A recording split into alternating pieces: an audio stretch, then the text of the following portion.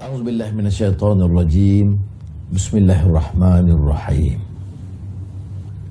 لو كان عرضا قريبا وسفرا قاصدا لاتبعوك ولكن بعدت عليهم الشقة وسيحلفون بالله لو استطعنا لخرجنا معكم يهلكون أنفسهم Wallahu ya'lamu innahum lakadzibun.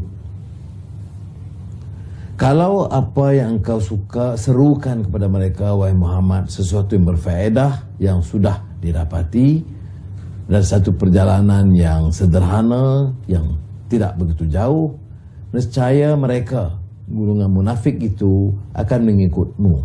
Tetapi tempat yang hendak dituju itu jauh bagi mereka. Dan mereka akan bersumpah dengan Allah dengan berkata, kalau kami sanggup, tentulah kami akan pergi bersama kamu. Dengan sumpah dusta itu, mereka membinasakan diri mereka sendiri, sedang Allah mengetahui bahawa sesungguhnya mereka itu orang-orang yang berdusta tentang tidak sanggup mengikutmu. Untuk tujuan hari ini saya berpandukan Buya Hamka, tafsir yang pernah saya sebut sebelum ini, iaitu tafsir Al-Azhar yang disiapkan oleh Buya Hamka semasa beliau dipenjarakan oleh Soekarno atas tuduhan percobaan kudeta atau membunuh, yang juga melibatkan pada masa itu nama Tunku Abdul Rahman Putra Al-Haj, Perdana Menteri Malaysia. Tentunya sekarang kita tahu fitnah, tetapi sosok Hamka ini kesederhanaannya sehingga memaafkan di antara pengarang kiri kelompok Lekra yang menghebahkan berita tersebut.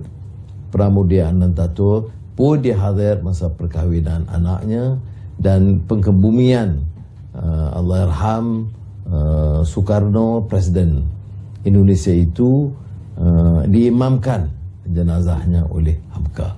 Tetapi dalam mengupas surah At-Taubah ayat 42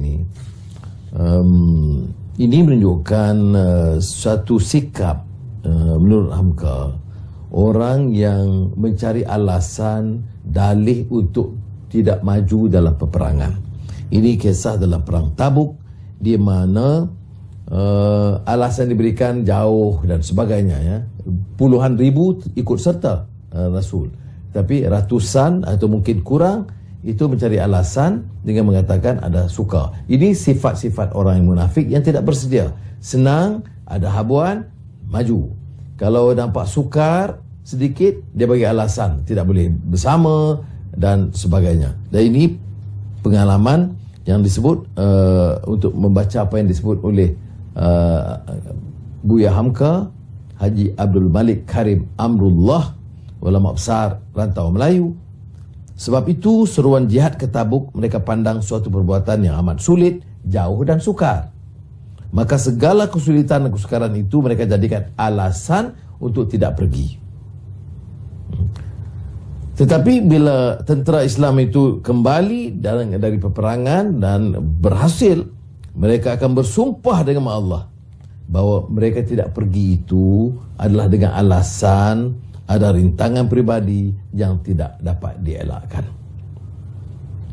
Kalau rintangan itu tidak ada, kata mereka, mereka tidak akan tinggalkan.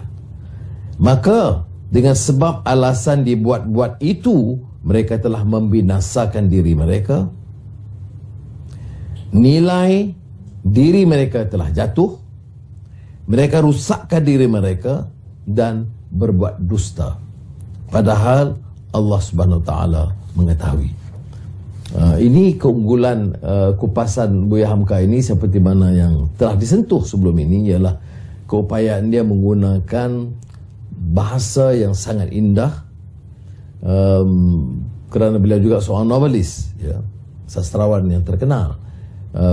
Dan selain daripada itu, boleh juga kadang-kadang dikaitkan dengan peribahasa, dengan seloka, dengan pantun. Jadi memudahkan kita untuk menghadam dan menghayati. Jadi pengajaran daripada Tabuk ini adalah supaya kita lebih teguh dalam pendirian kita, dan hadapi masalah ni jangan besar sangat. Kita anggap masalah kecil itu Allah beratnya nak tanggung dan sebagainya, padahal kita diasak dengan keimanan, dengan akhlak supaya dapat bertahan. Jadi perkara yang besar itu dianggap ringan. Tetapi kalau lemah, dan seperti mana yang disebut dalam tafsir Al-Azhar ini sifat munafik, maka hal-hal yang kecil ini kurang sedikit dan sebagainya itu dianggap malapetaka dan ancaman besar. Berbalik kepada Hamka, ya, kita tahu bahawa beliau ini dibesarkan di Sumatera dan hidup dalam suasana adat, dan kemudian melalui ayahnya,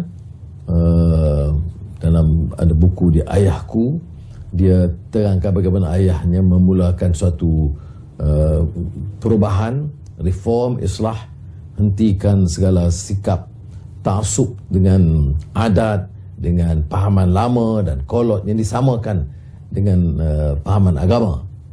Tapi menarik dalam buku itu, beliau juga mengatakan bahawa dakwah ini mesti lebih sederhana, bil hikmah wal mau'izatil hasanah wajadilhum billati hi ahsan. Itu gambaran diberikan bahawa sikap yang terlalu keras itu akan menyebabkan orang berpaling daripada kita. Kemudian beliau juga menjadi kontroversi sebab ini seorang alim, menulis tafsir, kemudian menulis karya cinta, Tenggelamnya Kapal Van der Wijk, atau Merantau ke Delhi. Ini jadi filem kemudiannya yang juga popular di Indonesia satu ketika, Tenggelamnya Kapal Van der Wijk. Itu ada satu lagi yang dijadikan juga filem, Di Bawah Lindungan Kaabah.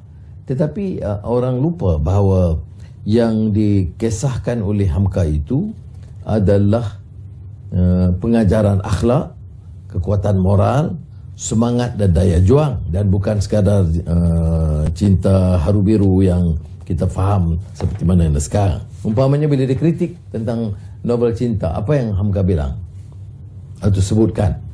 Kata dia, sebagai ahli agama, beliau menulis kisah cinta bukan sesuatu yang ortodoks, dan beliau ungkapkan dengan sendirinya akan heninglah serangan dan tantangan itu, dan kian lama mengertilah orang apa perlunya kesenian dan keindahan dalam hidup manusia. Ini dia paparkan kenyataan, ya, kecintaan yang ada batas susila dan akhlak dan etika, dan tidak mendukung pelanggaran akhlak. Itu kata Hamka. Hamka menulis banyak buku, ya, tentang, kalau saya sebut sini, Tuan Direktor, Angkatan Baru, Tenggelamnya Kapal Van der Wijk, Tafsir Azhar, Tasawuf Moden. Tasawuf Moden ni agak lama dia mula diterbitkan, ya. Tetapi yang saya tahu ini juga falsafah hidup. Yang falsafah hidup ini saya ingat tulisan yang di antara yang awal, kerana ada di perpustakaan ibu saya daripada sejak awal. Saya di bangku sekolah salah satunya, ya. Jadi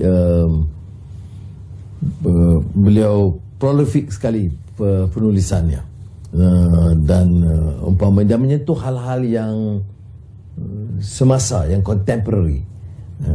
Bila soal umpamanya ketidakadilan dari segi kaum, dia mengatakan, mana ada keadilan di dunia sekarang? Di abad ke-20 kita mendapati ketidakadilan hukum kerana berlainan kulit, warna kulit.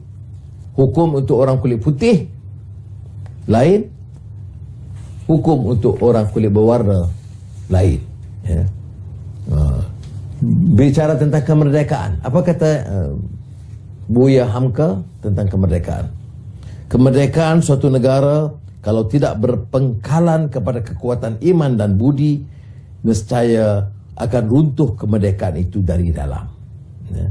Maknanya yang mengganti sosok penjajah itu dari dalam, dari pribumi atau bumi putera, akan menjadi perompak dan tindakan yang zalim, mengikut hawa nafsu mereka, dan kerana nafsu sarakah itu kerusakan dari dalam dan melunturkan semangat kemerdekaan yang murni. Nah, ini kritikan dia tentang golongan intelektual, yang kita dulu sindir sebagai Profesor Kangkung. Ke sana boleh, dia ke sini boleh, dia ikut angin, dia tidak ikut prinsip dan pendirian yang tetap. Menurut Hamka, ada yang mengungkapkan dengan kata-kata yang lebih kasar, iaitu kaum intelek yang melacorkan diri, mengkhianati ilmu pengetahuan, lalu menjadi badut-badut yang setia, mengilmiahkan kebohongan. Wah, ini berat. Tapi tengok kekuatan bahasa dia. Satu ayat dengan pemilihan kata-kata yang tepat, melacorkan diri, kerana dia boleh jual.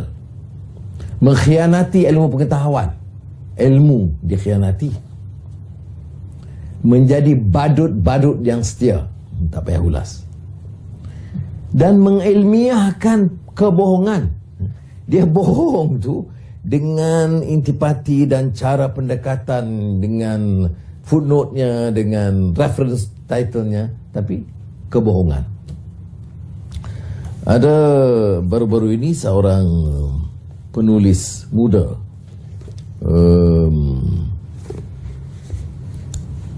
Khairuddin Junid, menulis buku Hamka and Islam, Cosmopolitan Reform in the Malay World.